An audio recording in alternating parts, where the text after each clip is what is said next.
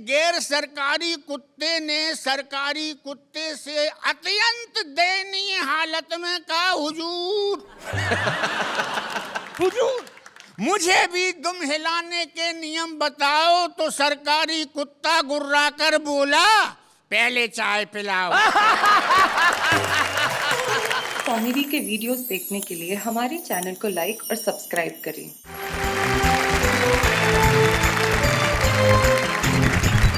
तो हमारे साथ श्री प्रदीप चौबे हैं, गुरु सक्सेना है और हैं और थे के बीच की अवस्था के विश्वेश्वर जी हैं।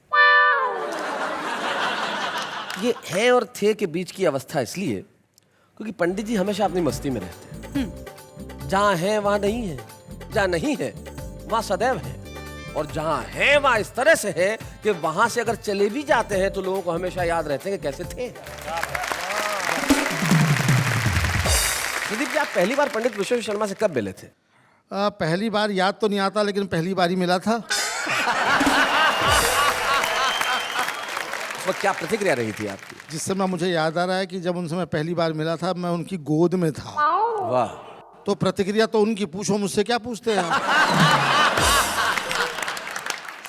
और प्रदीप जी, मैं जानता हूं कि आपने गोद में क्या किया होगा जिससे इनकी प्रतिक्रिया रही होगी। बिल्कुल बिल्कुल, क्योंकि आप सदैव जहां जाते हैं अपने निशान और अपनी छाप छोड़ ही देते हैं। लेकिन कुछ लोग होते हैं जो शब्दों के अर्थ कमाल के निकालते हैं। हम कहते हैं कि आप बड़े आदमी हैं, बड़े आदमी हैं, बड़े आदमी। वो कहते हैं काय के बड़े हैं? अगर दही में पड़े हैं। अगर दही में पड़ा है तो वो दही बड़ा है, वो बड़ा नहीं हो सकता। ऐसे शब्दों के अर्थ निकालने वाले बड़े कवि प्रदीप चौबे हमारे बीच में। हम जोरदार तालियों से स्वागत करें प्रदीप चौबे जी।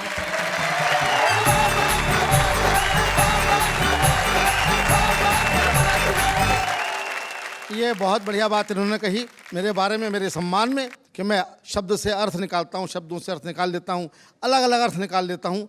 ऐसा करने की ज़रूरत पड़ती नहीं है। जब माइक पे खड़े होते हैं तो फिर हम ही सबसे बड़े होते हैं। हास्य रस के कवि के पास में कॉन्फिडेंस के अलावा और कुछ नहीं होता है जी। उर्दू का एक शायर मरने के बाद में दोज़ख में गया। दोज़ख समझते ना आप लोग? जी, नरक में गया। तो उर्दू का एक मज़हिया शायर मरने के बाद में दोज़ख में गया।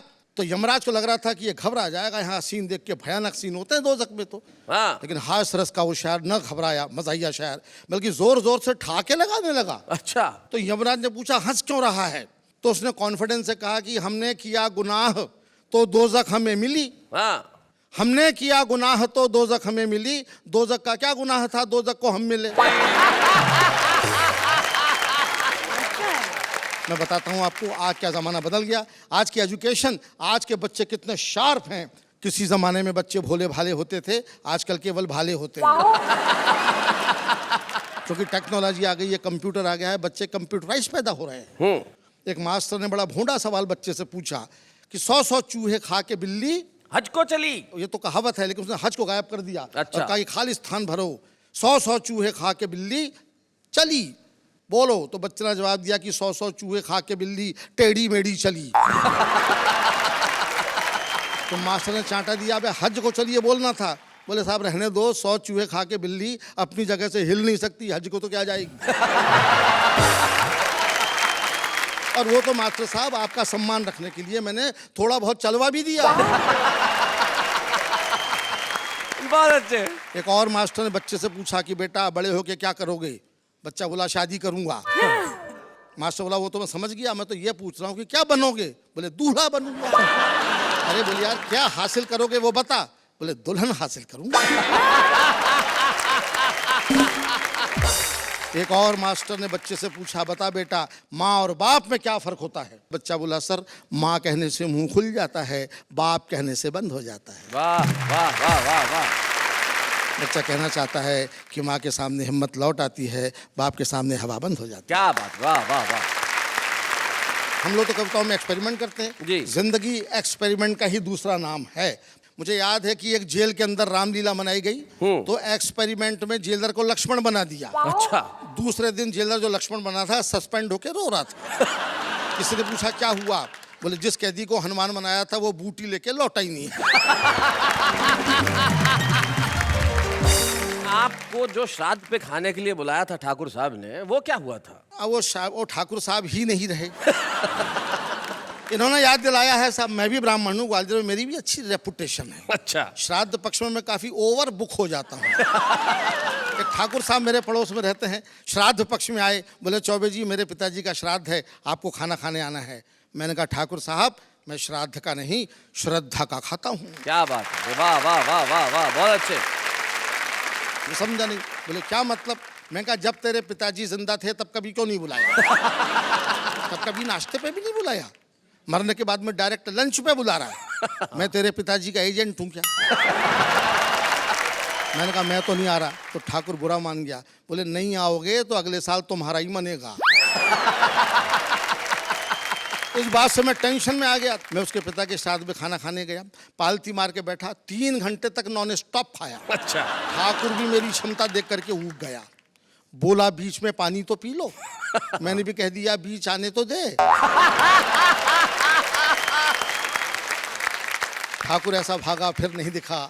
इस देश में पेट की अनंत संभावनाएं हैं, पेट में कुछ भी कितना भी जा सकता है। मुझे याद है एक हाथी का ऑपरेशन हुआ, ऑपरेशन के बाद में डॉक्टर ने नर्स से पूछा अपने औजार तो गिन लिए, पूरे तो हैं? नर्स बोली डॉक्टर साहब औजार तो पूरे हैं मगर छोटे वाले डॉक्टर साहब नहीं दिख रहे। तो ये जो मेरा फूला हुआ पेट आप देख रहे हैं, ये खाने के मारे नहीं मस्ती के मारे फूला हुआ है। लोग समझते हैं बहुत ज़्यादा खाता हूँ, यकीन कीजिए मैं बहुत कम खाता हूँ। लोगों के गम खाता हूँ, हिंदुस्तान की हालत पर रहम खाता हूँ। आप मेरा भरोसा करें तो मैं आपकी कसम खाता हूँ। क्या बात, वाह वाह वाह वाह वाह। आज का ये एपिसोड चूंकि यात्राओं को लेकर के है, ज़िंदगी में तमाम यात्राएं अलग अलग प्रकार की होती हैं। एक यात्रा मैं भी आपको एक यात्रा पे ले चलता हूँ, एक अनोखी यात्रा पे। ओहो। साइंस कहता है कि मरने के बाद में 2 घंटे बाद दिमाग कोलैप्स होता है, दिल तुरंत कोलैप्स होता है, इसलिए आदमी मर जाता है। जी। मेरे मरने के बाद में क्या हुआ, जो कुछ मैंने देखा वो फैंटेसी आप मेरी आंखों से मेरी ज़बान से सुनिए। जी सर। हम अपनी शव यात्रा का आनंद ले रहे थे, लोग हमें ऊपर से कंधा और अंदर से गालियां दे रहे थे। एक धीरे से बोला साला क्या भारी है, दूसरा बोला भाई साहब ट्रक की सवारी है। अच्छा। और ट्रक ने भी मना कर दिया तो हमारे कंधों पे जा रही है। एक हमारे ऑफिस का मित्र बोला कि इसे मरना ही था तो संडे को मरता, कहाँ मंडे को मर गया बेदर्दी, कमबख्त एक ही तो छुट्टी बची थी, कमबख्त ने उसकी भी हत्या कर दी। क्या बात, वाह वाह वाह वाह वाह। एक और बोला कि हाँ यार काम तो हमारा भी लटक गया, आज बिजली का बिल जमा करने की लास्ट डेट थी तो यहाँ पर अटक गया, अब कल जो पेनल्टी भरना पड़ेगा उसका पैसा क्या इसका बाप देगा। एक नव विवाहित मित्र बोला कि तुम्हारा काम भी कोई काम था, हमारी तो सोचो, हमारा तो बीवी के साथ हनीमून का प्रोग्राम था। अब पहाड़ों और घाटियों का सुख छोड़ के धूप में खड़े हैं, जेब में एयर कंडीशन के 2 टिकट बेकार पड़े। क्या बात है, वाह वाह वाह वाह। एक मित्र जो वाकई दुखी हो रहा था, बेचारा फूट फूट के रो रहा था, उससे किसी ने पूछा क्या तेरा मरने वाले से इतना प्रेम था जो उसके लिए थोक में आंसू बहा रहा है? वो बोला मरने वाले को मारो गोली भाई साहब, हमको तो अपना 100 रुपए का नोट याद आ रहा है। अच्छा। हमने अपने बाप से लेके दिया था और अभी तो उसका ब्याज भी नहीं लिया था कि ये इंटरवल भी मर गया। अच्छा। साला हमारे लिए कितना टेंशन कर गया।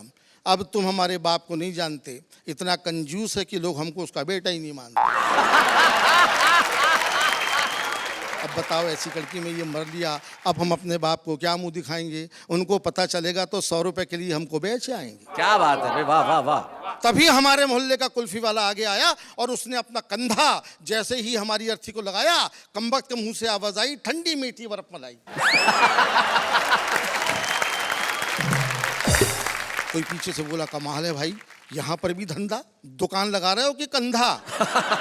वो बोला क्षमा करें, मुंह से निकल गया तो क्या करें। ऐसा नहीं कि मैं शव यात्रा के कायदे कानून नहीं जानता, मगर कमबख्त इस मुंह को क्या करूं जो नहीं मानता। जैसे ही कोई वजनदार सामान कंधे पर आता है, मुंह से बर्फ मलाई पहले निकल जाती है। क्या बात है, वाह वाह। दोस्तों जून का महीना था, हर आदमी पसीना पसीना था। एक अर्थी ढोऊ बोला ढोऊ? यार क्या भयंकर धूप है। अच्छा। दूसरा बोला मरने वाला भी बड़ा बेवकूफ है, मरा भी तो जून में, अरे इस समय तो आदमी को होना चाहिए देहरादून में। ये थोड़े दिन और इंतजार करता तो जनवरी में आराम से नहीं मरता। क्या बात है, वाह वाह वाह वाह। अपन भी जल्दी से घर भाग लेते, जितनी देर बैठते सर्दी में आग तो ताप लेते। हाय हाय हाय हाय, भाई क्या बात, वाह वाह वाह वाह, बहुत। भला मरने के लिए जून का महीना कितना बोर है। कोई बोला कि हाँ यार सर्दियों में मरने का मजा ही कुछ और है। तभी पीछे से आवाज़ आई, अच्छा बड़े भाई आप तो जनवरी में ही मरेंगे। वे बोले नहीं, हम फरवरी में प्रस्थान करेंगे। अच्छा। जनवरी में हमारा इंक्रीमेंट आता है। भला हिंदुस्तानी कर्मचारी भी कहीं अपनी वेतन वृद्धि छोड़ के जाता है? क्या बात? तभी शायद किसी को श्मशान दिखा, वो मारे प्रसन्नता के चीखा कि राम नाम सत्य है। एक अधमरा बोला कि भैया दरअसल मर तो हम रहे हैं, मुर्दा तो साला अपनी जगह मस्त है। मस्त है भाई, क्या बात है, वाह वाह वाह।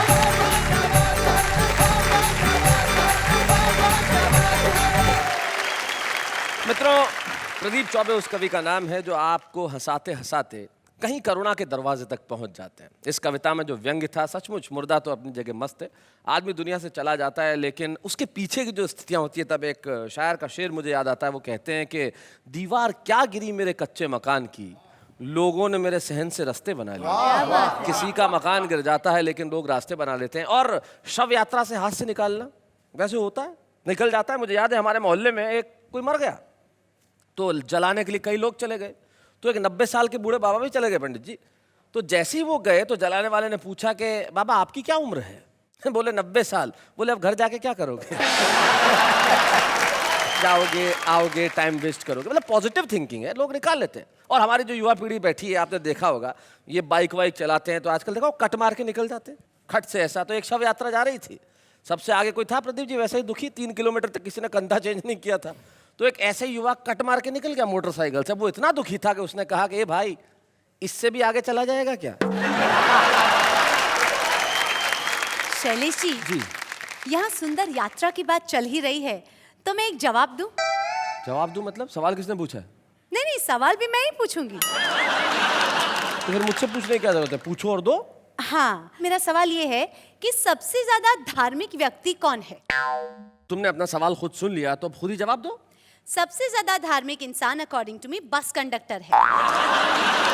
क्यों? क्योंकि पूरे दिन घंटी बजाता रहता है ना। टिंग टिंग टिंग टिंग। Thank you. बस से मुझे याद आया, एक बस ड्राइवर से पूछा बस में कितने देर रहते हो? बोले 24 घंटे बस में रहता हूँ। बोले कैसे? बोले 12 घंटे इस बस में रहता हूँ, 12 घंटे बीवी के बस में रहता हूँ। लेकिन हमारे गुरु सक्सेना जी पे किसी का बस चलता नहीं है, बड़ी मुश्किल से मिलते हैं वो, लेकिन जब मिल जाते हैं तो बड़ा कमाल करते हैं। इन्होंने जीवन भर ये 2 नाम रखे, गुरु सक्सेना उर्फ सांड नरसिंहपुरी। सांड नरसिंहपुरी का हास्य देश के कवि सम्मेलनों में छाया, लेकिन गुरु सक्सेना की कविताएं देश के जहन में बसी। आइए मिलते हैं श्री गुरु सक्सेना से।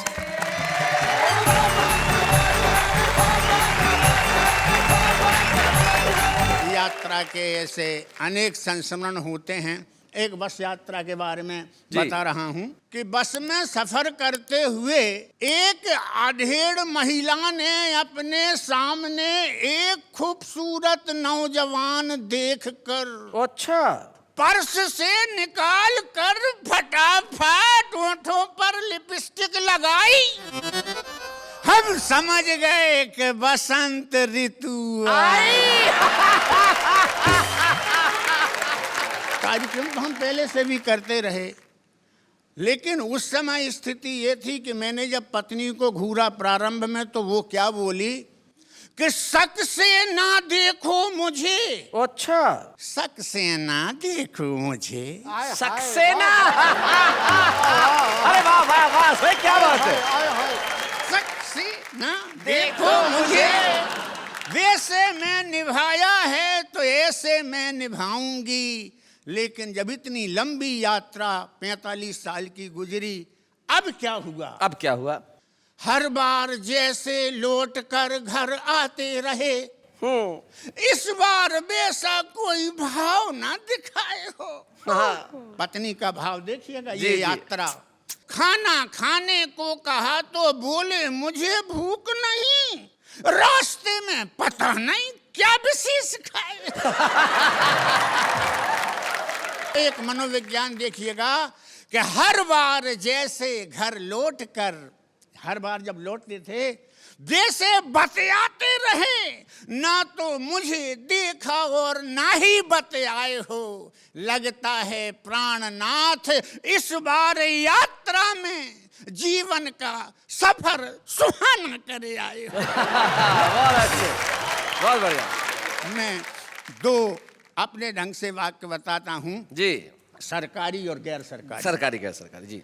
एक गैर सरकारी कुत्ते ने सरकारी कुत्ते से अत्यंत दयनीय हालत में कहा, हुजूर हुजूर मुझे भी दुम हिलाने के नियम बताओ। तो सरकारी कुत्ता गुर्रा कर बोला, पहले चाय पिलाओ।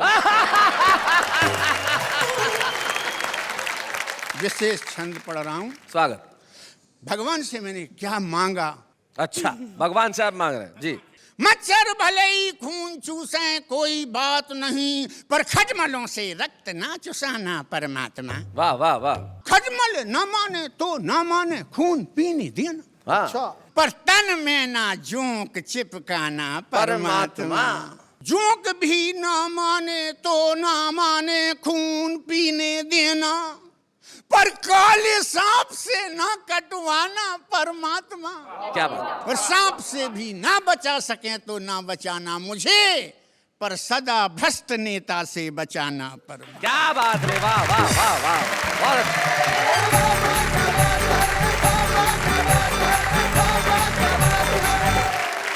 मैं निशब्द हूँ, जी। आपकी तारीफ कैसे करूँ गुरुजी? वाह वाह क्या बात है। पर्याप्त है। जी। बच्चन साहब भी बता गए हैं कि इस उम्र में आदमी निशब्द हो ही जाता है, और आपको देख के तो वैसे भी बच्चन साहब याद आने थे, क्योंकि आपकी दाढ़ी लगभग वैसी ही है। बुलाते हैं एक ऐसे प्रखर गीतकार को जिसने किसी जमाने में लिखा कि नाव कागज की गहरा है पानी, लेकिन इन दिनों वो जो करते हैं वो ऐसा कमाल का करते हैं, जिसे अंग्रेजी में पैरोडी कहा जाता है और हिंदी में कहा जाता है प्रतिगीत। एक गीत पे कुछ ऐसा गीत लिख देना जो लोगों को उठा के लगाने पे मजबूर कर दे, और मजबूर कर दे तालियां बजाने के लिए। तो आइए हम मिलते हैं पंडित विश्वेश्वर शर्मा से।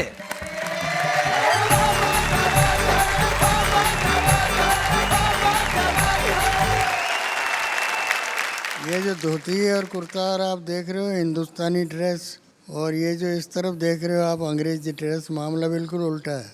ये सब हिंदी वाले हैं, मैं अंग्रेजी वाला हूँ।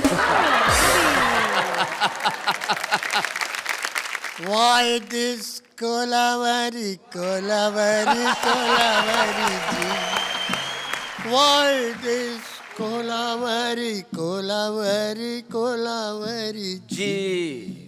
We are giving, they are taking, both are corrupt. And thus corruption going on in the country straight. What can public do? What can public do? Why this Kolavari, Kolavari, Kolavari? All the leaders, all ministers, all the bureaucrats, Yes.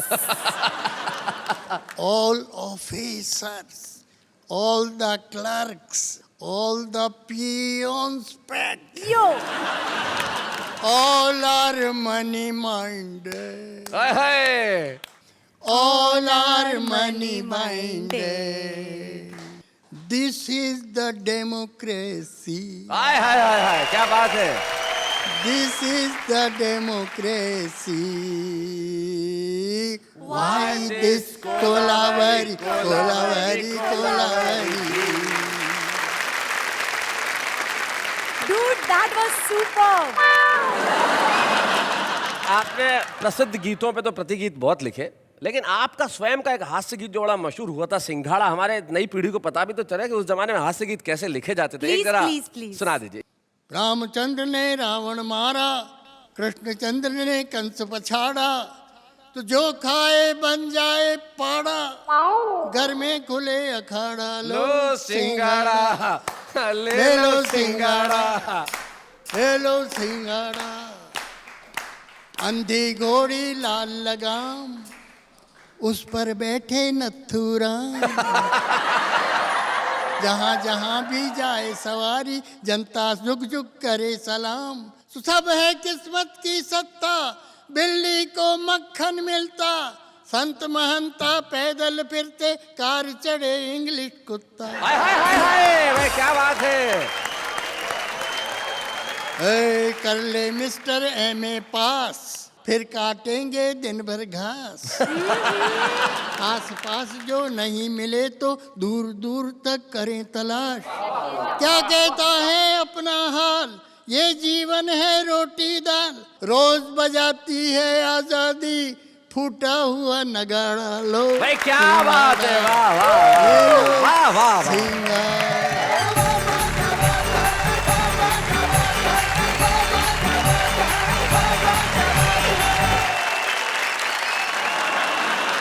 भाई पंडित जी क्या बात है, आपने कमाल किया। और मैं जानता हूं कि पूरी कविताओं में जो तालियों से आपको ऊर्जा नहीं मिली होगी वो नेहा की दो। चलिए कमाल कर दिया। लेकिन पंडित जी आप जिस ढंग से पढ़ रहे थे, जिस अंदाज से पढ़ रहे थे, तो मुझे मेरी कविता की दो पंक्तियां याद आती है जो मैं आपको समर्पित करना चाहता हूं कि छत नहीं रहती, दहलीज नहीं रहती, दीवार और दर नहीं रहता, घर में बुजुर्ग ना हो तो घर घर नहीं रहता। वाह वाह क्या बात है। मैं हम बात कर रहे हैं यात्राओं की। जीवन में यात्राएं करना बड़ा कठिन हो गया है साहब, पेट्रोल और डीजल ने मार डाला है। पता है शैलेश जी, मुझे तो यही लगता है कि फ्यूचर में कार फ्री मिलेगी पर पेट्रोल के लिए लोन लेना पड़ेगा। वाह क्या बात है। जिंदगी में बिल्कुल सही बात पहली बार तुमने कही है और बहुत अच्छे ढंग से कही है। बिल्कुल आगे के दौर की ठीक सोचती है ये। लेकिन जिंदगी में आगे के दौर के बारे में हमें ये सोचना भी चाहिए कि आज के दौर में क्या कुछ अच्छा हो कि आगे का दौर भी अच्छा बना रहे। हाँ। और उसके लिए जरूरी है कि कविता के क्षेत्र के अंदर कुछ ऐसे अच्छे चेहरे आए, कुछ ऐसे अच्छे नए लोग आए जो छुपे रुस्तम में आज तो लेकिन कल को बड़ा नाम करने वाले हैं साहब। बुलाते हैं आज की हमारी छुपे रुस्तम यानी कि मुमताज नसीम को।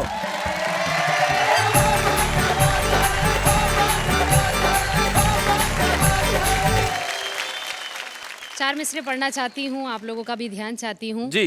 घर से निकली तो थी, मैंने सोचा न था। घर से निकली तो थी, मैंने सोचा न था।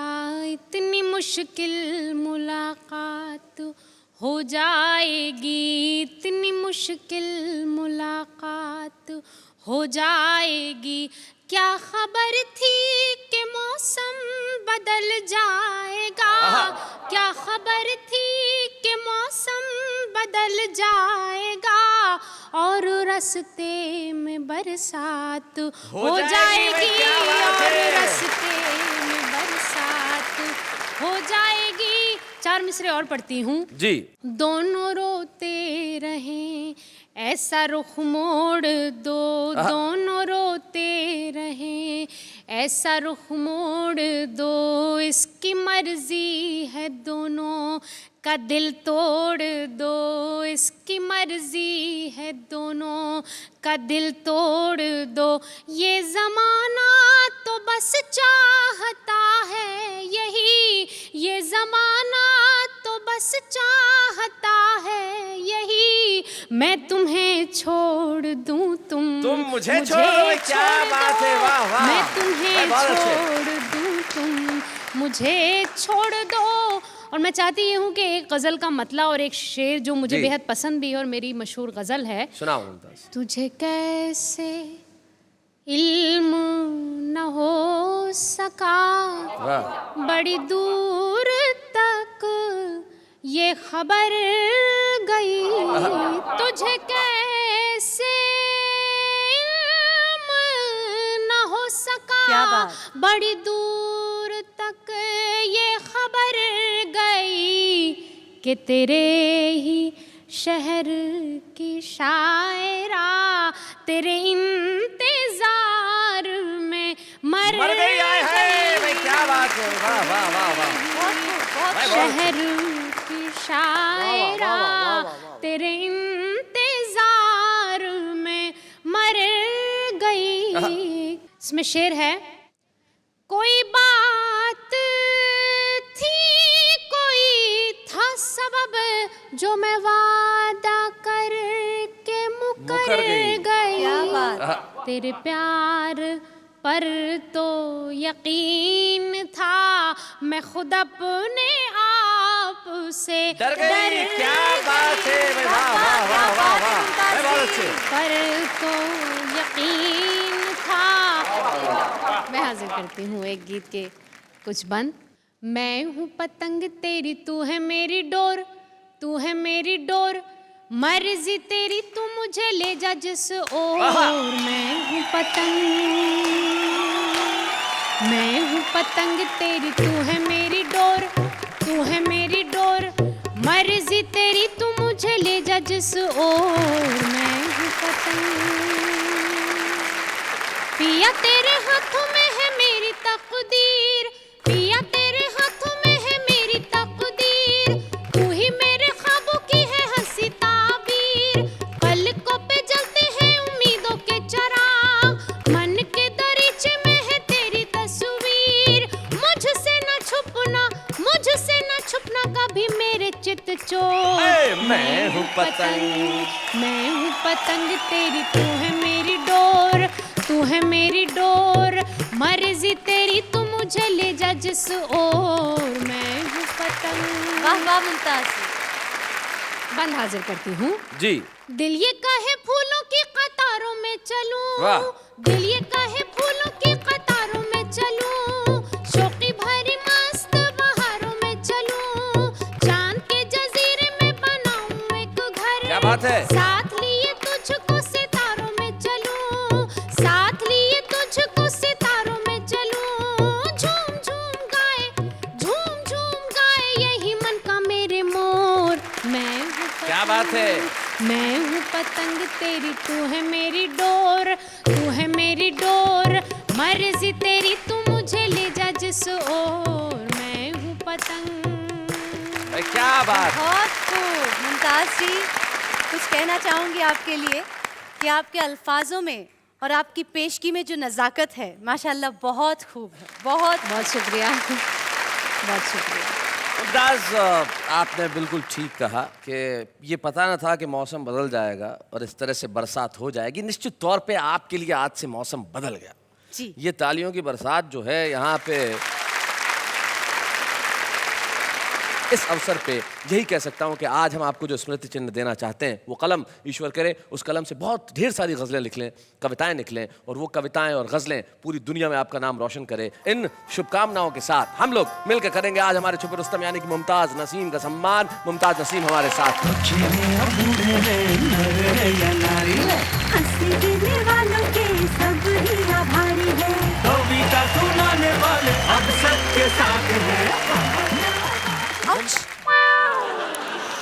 क्या हो रहा है? सलीशी मैंने गरम गरम कविता लिखी है, सुना दो, सुनिए साहब, सुना दो, सुनाइए। सुना दो, सुना यस दो। यस। जी जी जी जी। अर्ज किया है, गाड़ी बुला रही है, सीटी बजा रही है, मुझे जल्दी घर जाने दो दोस्तों, मेरी मम्मी बुला रही है। क्या बात है भाई, क्या कविता लिखी। आप तीनों के चेहरे पे जो आश्चर्य के भाव हैं वो कमाल के हैं कविता सुन के। तुम्हारी जगह तो कहीं और है नेहा, यहाँ नहीं, तुम्हें कहीं और होना चाहिए। You mean to say मैं वहाँ उनके साथ जाके बैठ सकती हूँ? उनके साथ बैठोगी तो लौट नहीं पाओगी। तुम्हें वहाँ नहीं होना चाहिए, तुम्हें वहाँ होना चाहिए, वहाँ।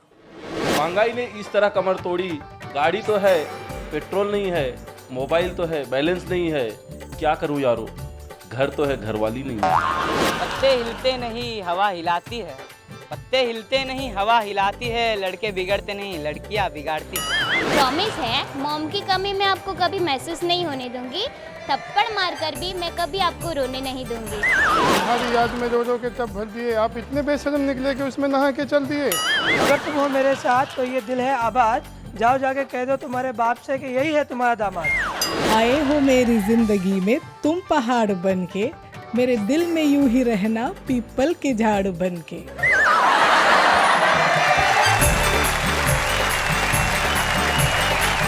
अब तुम्हें पता चला कि तुम्हें वहाँ क्यों होना चाहिए? ताकि मैं उनको ज्यादा इंस्पिरेशन दे सकूं। जी नहीं, आम आदमी की कविता। करेक्ट। आम आदमी की कविता, आम आदमी की कविता। निश्चित तौर पे हर दिल में एक कवि होता है जो यहाँ था और ये जो तमाम कवि जिस ढंग से सुना रहे हैं हम उस भावना को प्रणाम करते हैं क्या साहब बात जी। और आप जैसा कि जानते हैं कि हमारे इस मंच पे हम एक कवि को सम्मानित करते हैं, तो आइए आज के इस एपिसोड में मुझे बड़ी खुशी है, मध्य प्रदेश में एक बहुत छोटा सा नगर है नरसिंहपुर, वहाँ से एक कवि कुछ वर्षों पहले निकले, 40 वर्षों से हिंदी कवि सम्मेलन के मंचों पे अपनी धाक जमाई। मुझे बड़ी खुशी होगी कि आज हम इस मंच से आदरणीय श्री गुरु सक्सेना को सम्मानित करें। हम जोरदार तालियों से स्वागत करेंगे गुरु सक्सेना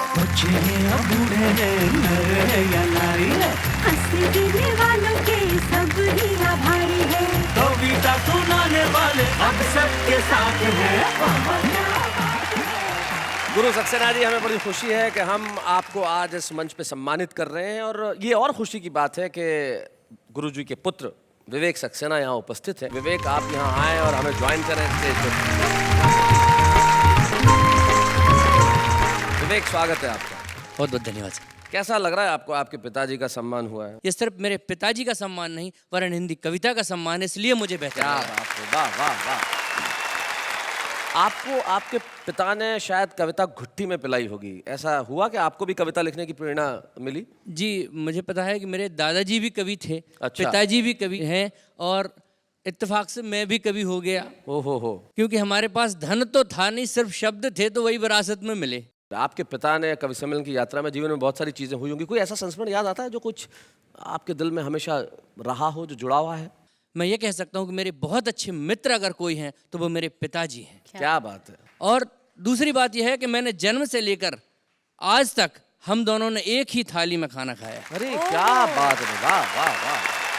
एक पिता का बेटे के प्रति कितना लगाव है, ये बात मुझे उस समय समझ में आई जब पिताजी एक कार्यक्रम में बाहर गए और मैं उस समय बहुत बीमार था और पिताजी को कार्यक्रम का संचालन करना था। उस समय मोबाइल फ़ोन हुआ नहीं करते थे, तो इन्होंने कहा कि यार मेरा बेटा बीमार है और मैं इस कार्यक्रम का मैं हाथ से पढ़ने की स्थिति में भी नहीं हूँ, मैं तो सिर्फ आ गया चूँकि मैंने स्वीकृति दी थी। तो वहाँ पे एक मंत्री थे, उन्होंने कहा कि आप चिंता नहीं करिए, आपको मैं इसी मंच से बात कराऊंगा, और उन्होंने टेलीफोन लाइन खींचकर उस समय मुझसे बात करे। और इन्होंने जब मुझसे पूछा कि तुम ठीक हो, मैंने कहा मैं ठीक हूँ, आप बहुत अच्छा कार्यक्रम करिए और लौट कर आइए। तो उन्होंने उदास मन से अच्छे से कहा कि हाँ हम बहुत अच्छा करेंगे, और वो कार्यक्रम सुपर हिट करके लौट के आए। उस समय मुझे लगा कि मेरे एक शब्द ने इन्हें ऊर्जा दी है, तो मेरा इनके जीवन में कितना अस्तित्व है। क्या बात है, वाह वाह वाह। ये होती है कविता के प्रति समर्पण की भावना। घर में बेटा बीमार है लेकिन लोगों को हंसाना आवश्यक है, कविता सुनाना आवश्यक है। जैसा कि विवेक ने कहा कि इन्हें विरासत में धन नहीं मिला, शब्द मिले हैं। तब एक प्रसिद्ध कवि की 4 पंक्तियां मुझे जाते जाते याद आती है। वो कहते हैं कि रंज इसका नहीं कि हम टूटे, रंज इसका नहीं कि हम टूटे, ये तो अच्छा हुआ कि भरम टूटे, तुझ पे मरते हैं जिंदगी अब भी, झूठ लिखे तो ये कलम टूटे। क्या बात। इसलिए झूठ कभी कहा नहीं जाएगा, हमेशा सच कहा जाएगा, और हंसी की बरसात होगी अगले शनिवार आपके घरों में ठीक रात 10 बजे। आप हम मिलके कहेंगे वाह वाह क्या बात है।